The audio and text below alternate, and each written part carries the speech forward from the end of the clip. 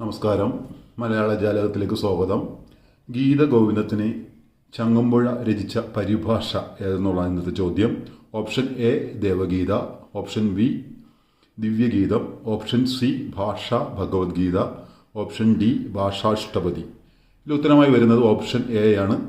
ഗീതഗോവിന്ദത്തിന്, ജയദേവകവിയുടെ ഗീതഗോവിന്ദത്തിന് ചങ്ങമ്പുഴ കൃഷ്ണപിള്ള രചിച്ച പരിഭാഷയാണ് ദേവഗീത.